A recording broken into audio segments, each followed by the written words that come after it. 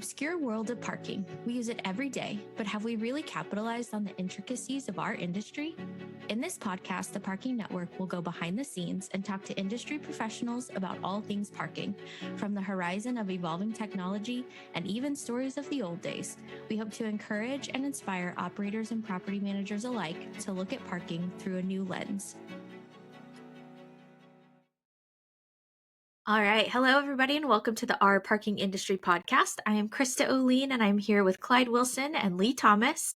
We are so delighted to do our recap episode of the Julie Dixon episode. She has been through the courses, through the obstacles her whole career, and we love talking with her and hearing how she has come out on the other side of that, what she's learned, how she's impacted the industry, and her take on just parking in general. She focuses on street for her expertise. And so it was really great to hear her perspective on all things on-street parking and parking industry in general. So she is the founder of Dixon Resources Unlimited, which is a parking consulting company that operates in California. I love her tagline, make parking easy, convenient, and accessible, which I think is kind of the goal, or should be the goal, for all parking professionals, because we try to innovate and sometimes we introduce unnecessary obstacles to our parkers. And so I think she kind of takes that and tries to reverse that approach in how she handles on-street parking. She helps impact policy and all sorts of things. So let's get into it. Leigh, what was your favorite conversation point from Julie's episode? Well, I loved this whole episode. It's maybe my favorite of our season 2 interviews. I loved her expertise and her passion, and she's very well spoken. So it was just a really fun conversation. The thing that I took from it was a motivation to be more interested in policy.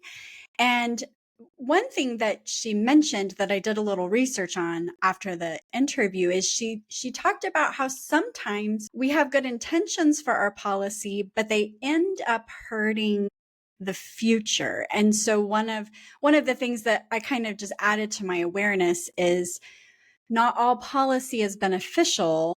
So the goal is really to be motivated to create policy that is forward thinking and helpful and keeps future destruction to a minimum. And there was a few conversations about like the Temecula group from way back. And so anyway, I just really appreciated her insight on policy, and it made me interested in being more involved in policy. Absolutely. And Clyde, you and Julie have a long history together. You've known her as she has kind of worked her way to being one of the foundational people in the industry. So what was your favorite point of conversation in that interview? Well, Julie brought up a lot of good points. Number one, it was great to have this conversation with her because, as she mentioned her age before we started, we were joking about it. I won't say it here, but I've watched her move through the 30s, and as she was new into having her own business and doing her own things. And I think you remember me at the MPA convention when we listened to her presentation. As I stepped off of that, I said, she's really changed. She has really matured now into this business, and she has much more mature understanding of the business. So it was great for me to have the opportunity to interview Julie, my part of the interview in Julie's podcast, because we really got to hear step by step the things that she's learned and takes, as important. So one of her things, she had several of them, I won't list them all, but one of her things that really applies to us in the off-street business too is parking needs to be predictable. And she's talking there about the customer can't go from block on 400 Maple Street to 400 Elm Street, and the parking rules are totally different. You can't have a customer that has to read a damn whole book to figure out, what can I do on this street? How do I park here? And we're getting into the same thing in the off-street business, where how you get into garage that used to be pull a ticket. Now, I don't know. I've got to drive up and figure out, how do I get in this thing? What do I have to do? So making parking predictable is an important part of our business that we all have to learn more to do. And one of the other things that I thought she said a lot of them, I've just picked out a couple. It's got to be it's turned into a people challenge, not a car challenge. We used to think of it as managing cars in her business because of on-street rules and politics and all that stuff. Now you've got people against people trying to find a parking space.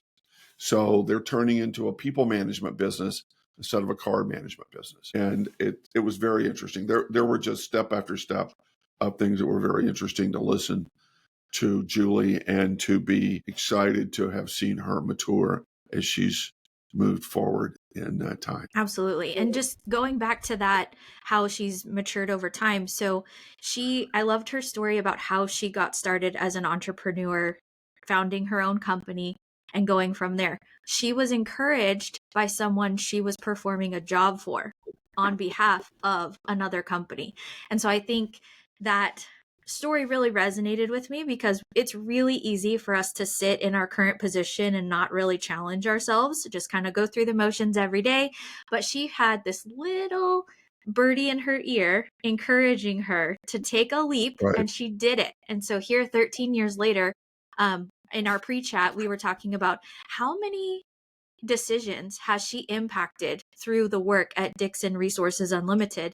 How many political decisions, local decisions has she impacted? How much has she changed just by taking that little birdie in her ear and doing something with it? So I really appreciated that just from a personal perspective. Yeah, and how many families have better access to transportation because of the work that she does? And they don't know to thank Julie, and Julie doesn't know that she's bettered the lives of families, but it's possible and it's very cool. Yeah, she has, because she deals with something we don't really think very much of in our business, especially, and even in the on-street business. Julie has to creep into the many on-street parking operations that end up in the neighborhoods. We kind of deal with downtown, so we deal with the downtown population. We don't really realize how many cities have people that park in neighborhoods, and the neighborhood streets don't. We have more cars. When those neighborhoods were built in the 50s and 60s, we had one car per family. Now we have 2 and 3 and 4. So the neighborhoods were not built for this. And so imagine coming home every night and you don't get to pull into your driveway. You get to drive around your neighborhood further and further away from your home to try to find a parking space that may be too small to even get your car into. I remember the first time we did on-street parking job was in New York, and it was in a medical area in New York. And I was totally amazed because at that time, our license plates were still traditionally stamped license plates. So the numbers and letters stood up about that much. Not in those neighborhoods in New York. They were flat because the cars hit each parked like this and bumped into you every day. So eventually your license plate became flat because you got hit every day. And I grew up in the neighborhoods just like you guys did. It didn't happen in our neighborhood. There would have been fights between the neighbors if you had hit my car and flattened out my license plate. But Julie has to deal with that. She has to move off street or move from downtown into all of this deal with neighborhoods and suburban areas. That's something we in our side of the business never deal with. And it's a big part of her job. You could tell by talking to her. Yeah, I think she exemplifies bravery in how she approaches things because, Right. California, we know, is one of the thickest political climates to work in. And then she's Right. also working in on-street parking, which you have to deal with committees and boards and go talk to people and then talk to residents. And it's very people heavy and very policy heavy. So she's kind of Right. fighting on two fronts with the work that she does. So that I really appreciate that about her. Yeah, it's a challenging job. Another part of her history that was interesting to me, and for our regular listeners, you know this already, but if anybody's new to this episode, I'm the newbie in the room. So Krista and Clyde do a lot of Rookie 101 lessons with me. So my rookie question for you guys today is, Julie mentioned that she worked in red light enforcement before she was an entrepreneur. Can you fill me in on that? And Clyde, I think you've done a red light audit. Tell me what I need to know. We did one of our first big on-street jobs that we did was for the city of Charlotte, North Carolina, and they liked the work we did. They had a red light camera program. It was designed for the worst traffic accidents are T-bones, right? So if you run a red light, you get T-boned by the car or you T-bone a car, one of the two.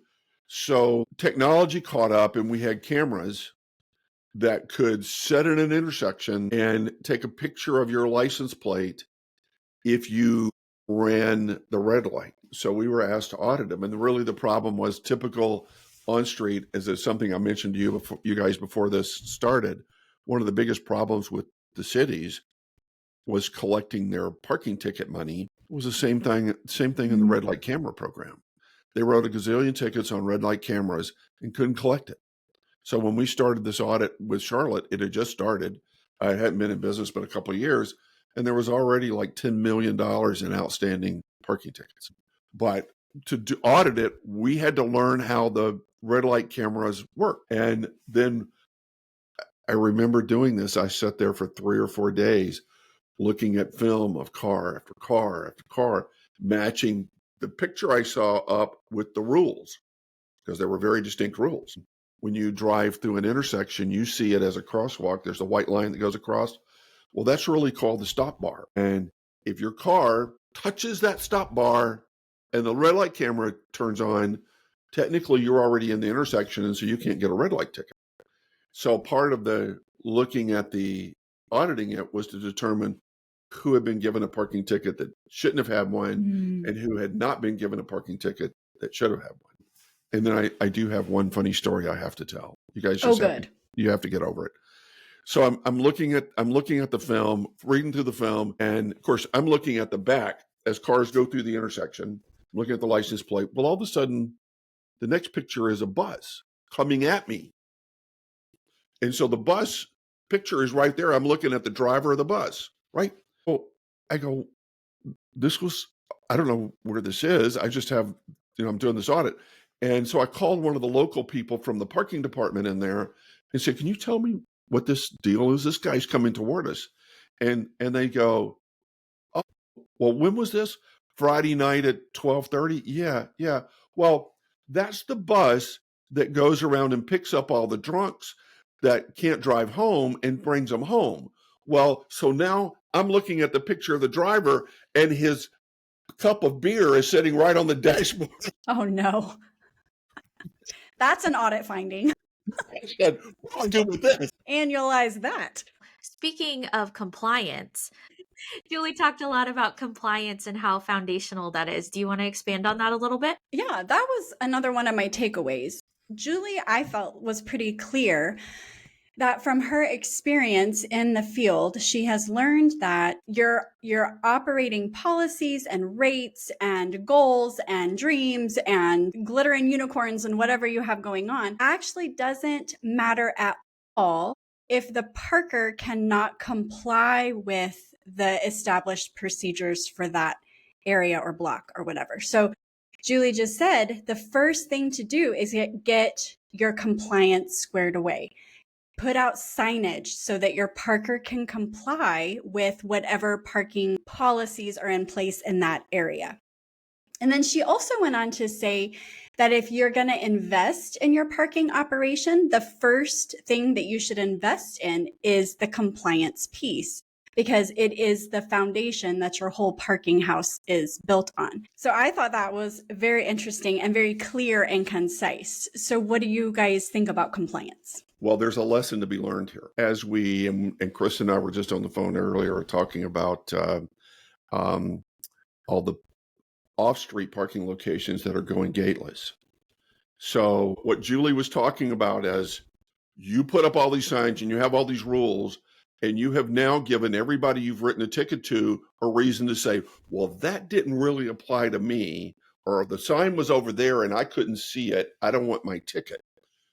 Well, the real lesson in this is look at how many people, customers, they have to communicate with. So when you in the off-street business start taking your gates out and writing tickets to everybody, you better be ready to have this communications of challenges of everything that you've done. Julie and the people that she deals with has had to live in a world where that's normal. You have to do this. You write 1,000 tickets a month, you're going to get 500 phone calls.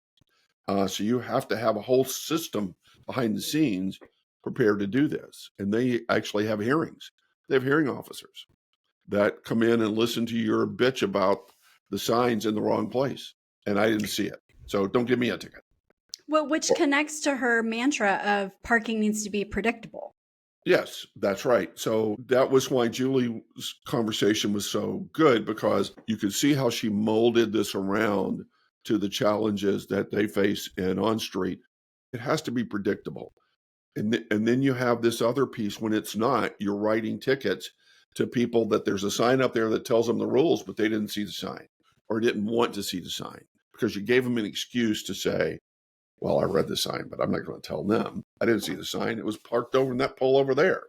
Yeah. I parked over here. I didn't see the sign. So it has to be predictable so that the customer doesn't have to read the book of 27 signs on every block to tell me where I can park and where I can't park and when I can park.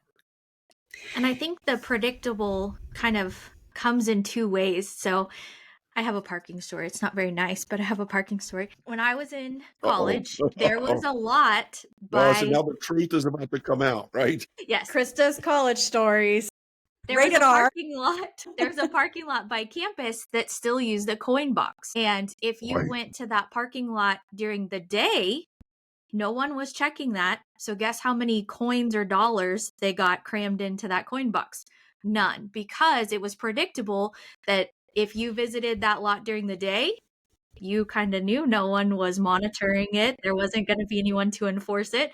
But if you went at night, because it's really close to the bar scene by the college, you better pay because they will tow you out of that parking lot. So if you visited that lot, you could predict that if you went during the day, because you're a student, you didn't really have to pay. But if you went at night, because you're partaking in libations, you better pay or your car may not be there whenever you get back. So you can use predictability to your advantage sometimes. Which actually was the story at the end of the episode with Julie, so you should definitely go listen to that. It was interesting. I think you could listen to Julie for hours and hours and hours talking about on-street parking. They have so many challenges, and they're still trying to collect all the money and get it accounted for and in the bank. But before they can even get to that part, where our on-street operations world is kind of drifting away because we've lost cash and people, and we're moving to more of a transactional management industry. She hasn't. Mm-hmm. They may be transactional, but they still got people parking at parking meters with a bunch of signs telling them they can't park there. And they still have the neighborhoods to deal with. They still have all the challenges of then, the other thing is we in garages are predictable to some degree. I think we're changing now, but it's pretty simple. You drive in, you pull a ticket, you go park, you pay. This was 2000, probably 5 or 6, when the multi-space meters were first coming out to put on street. And so we were hired to go run tests of people paying the multi-space meters. So a whole world of people that were used to putting nickels, dimes, and quarters in a parking meter and turning the thing now have this computer sitting there. And we watched them, and you could see them walk up and start trying to figure out and read it. What do I do? And the one that I was doing was right across from the hair salon with the 70-year-old women coming out. And it could have been a movie just to film them, watching them trying to read this, because the multi-space meters were made by 20-year-olds. And so it had a small sign over there that says touch the screen. She had to touch the screen. Well, most of these people had never touched a screen in their life at that time, 25 years ago. So you had to touch the screen. Well, then that brought up another message, and you had to read the message, and then it has to tell you to do this. So then you got to go do that, and then you forgot what the message was, and so now you can't go back. And they have a whole different set of problems on street than we typically do off street because of the customer range of people that aren't parking there every day, and it's just a challenge. So It's great to listen to her because she understands the challenges. Julie's got it now. I think in listening to her podcast, I realize she's got it. She understands what we face every day, and she's got her own list. I have them all written down here of all the things we've just been talking about, of her mantras, of the things that they have to do good in that business. So it was really interesting. Yeah, and thinking about your story about the multimeters, I've Mm-hmm. seen those two different ways. So I've seen those where you pay with the space number that you're parked in, so then they Right. know that that space number has been paid for, but Mhm. also one where you pay by your license plate, so they know that that car's license plate that's parked wherever has been Right. paid for. And either one of those, by the time you get over to the multimeter machine, you don't know your license plate number. You don't know what Right. space you parked in, so you got to walk back to your car. So I just thinking about the learning curve at the beginning of those is always interesting, and how the on-street world has adapted and changed over time, like the paying and then turning with coins to the multimeter. And now when we were in Atlanta, we just scanned a QR code and we paid for our parking with that QR code just based upon a sign $35 to get ice cream. to get ice cream. That was $12. It was worth it. It was Jenny's. It's okay. So whenever we think about that, On Street has adapted in kind of parallel to the off-street parking. It's changed and altered in its own ways, but we're still kind of very much in the same line with each other. It's not that off-street is behind or that on-street is behind. I feel like we've both progressed just in a different way because of the nature Yeah. of the type of parking, but we've both kind of stayed on that same pace of progression, which has been interesting. Well, I think the interesting thing about this whole thing is that we went through these years and years and years of no change. It was kind of the same. And now we've entered this industry that it seems to change every day. Every audit that we do as a company seems to be different. Everything is changing. And we have to, as the management of this industry, we have to learn how to manage change and communicate it to our customers. And I think we'll catch up, but we're still way behind in that much. I have another question for you, Clyde. If we think about this topic that we discuss a lot called standardization, do you think On Street has followed more of a standardized plan and model just across the board? Or do you think Off Street has followed more of a standardized plan? Or are they both struggling with that? Yeah, I think the answer to that is kind of a funny answer, but off street has been different over the years. We've been relatively standard for a long time. You drove in, you pulled a ticket, and then the only change we had was about 15 years ago when we put in pay on foot stations. And so you could walk up and pay a machine instead of driving to the exit. That was a major change. So, but we were able to deal with that slowly, but able to deal with that. On street is just such a different world where they deal with so many different customers. They have change with them is just difficult. One of the biggest issues that I ever saw in parking was, and we interviewed the young man with the city of Tampa. This was well before his time, when the city of Tampa decided to put in multi-space meters, and in 4 months had to pull them all out. Millions of dollars of multi-space meters. I had to pull them out because the people couldn't deal with it consistently. So standardization becomes a really big thing with On Street because of the nature of their customers.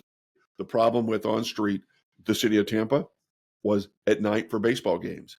People who don't typically park downtown were coming to downtown at night for baseball games and parking on street and getting tickets like crazy because they didn't know what to do with this new meter that was there. And besides, the multi-space meter is down there. It's not right where my car is. So I'm used to getting out and paying a meter, and now there's not one there. So it must mean I don't have to pay. And it's a good excuse to not pay, even though I may have saw the multi-space meter down there. I have my excuse now. I didn't see the meter. So I go and see if I get a ticket. So for them, it's a much bigger challenge. Well, guess what? It's caught up to us. And so now this is becoming a big challenge with off-street parking. And we better take lessons from on-street. Julie's the type of person that understands this, but on-street parking didn't understand it for the last 50 years. And that's why they have millions and millions and millions of dollars in tickets, and why a turkey at Christmas gets all your tickets removed. So she's right. So we have a professional, very smart young lady, professional that has come into the on-street business, who understands how big those issues are that weren't dealt with before. Absolutely. And she understands that it's a people problem worth solving, not a car problem that should be brushed under the garage. She made it very clear that she understood that. Right. It was a very encouraging episode. I'm so glad we did the interview with Julie. It's been like Julie and Rick West and a few of the others, all of them that we've done, we've learned something from everybody. It's been just a world of interest from us being able to do these audits these interviews every month, because we learned something from everybody. And Julie capped off the year with just another one that we learned a lot from. It's very good. Speaking of, in a couple of weeks, listeners, we're going to drop our wrap-up episode where we're going to talk about our favorite interviews and moments of season 2. So stick around 2025 long enough to catch that. Absolutely. I love that Dixon Resources Unlimited and TPN share the same passion for helping people. I really took that away from her episode as well, that we come in as consultants and our goal is really to help your operation, to help your facility, to help your parking problems get resolved. And so I love that we shared that, and we got to share a conversation with Julie, and we were glad you got to join us for the ride as well. And we hope to see you next time on the Our Parking Industry podcast. To quote one of the greatest business minds of our time, Charles Munger, he said, "The best thing a human can do is help another human being know more." Here on Our Parking Industry podcast, we want to provide knowledge and resources. If you heard something that sparked your curiosity in today's episode, please reach out on our socials at TPN Consulting. You can find us on LinkedIn, Facebook, YouTube, and Instagram. Don't forget to subscribe and follow. See you next time on Our Parking Industry.